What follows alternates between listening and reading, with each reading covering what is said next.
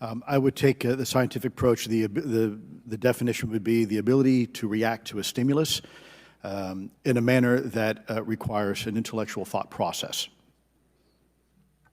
I just don't know. I think we must be modest in our assumptions that we're looking for intelligence. That could be biological, it might not. Non-biological, but what non-biological intelligence, what does that mean though? Artificial intelligence, ML, machines. We assume that all intelligence would be like us, and every time we look out in the universe, we are humbled relative to what we don't know in terms of the forms of intelligence and what it may take. I can assure you I probably can't ask you your question, but I think the ultimate answer is going to surprise us all. And then Mr. Garcia, you had a few closing remarks. And I know we're about to hit votes here, so I'll be brief. Just, I want to thank you all for being here. I want to thank Chairwoman Mace especially for holding this important bipartisan hearing. And I want to thank all the committee members that are interested in this topic. I think our commitment to all of you and all the folks that have contacted us, and certainly to the advocates and the pilots, is that we need to continue investigating UAPs.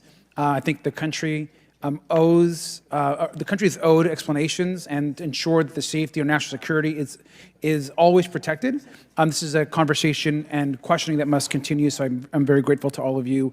And I also just want to add, just personally, I think it's really important for me, two things guide my questioning and my observations on UAPs. One is we should always be guided by facts, science, and data, and stay serious on those issues.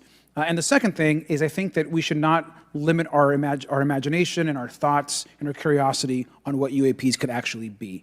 And I think those two things for me are really important, and I'm grateful for all of you to be here. So with that, I yield back. Okay, and we have Mr. Ogles who is on the way. He's going to be here any second. Is that correct? Want to check? And he'll be the last member with questions that we have today, and then we have votes. So we want to thank you all for being here. I want to thank Mr. Garcia and folks on both sides of the aisle for being here today and being patient. We have a lot more questions, and I hope that this will open the door to more hearings in the future. I obviously would like to know how much taxpayers are spending on this. You have the right to know, but also if we're spending money on something that doesn't exist, why are we spending the money? And if it does exist, why are we hiding it from the public?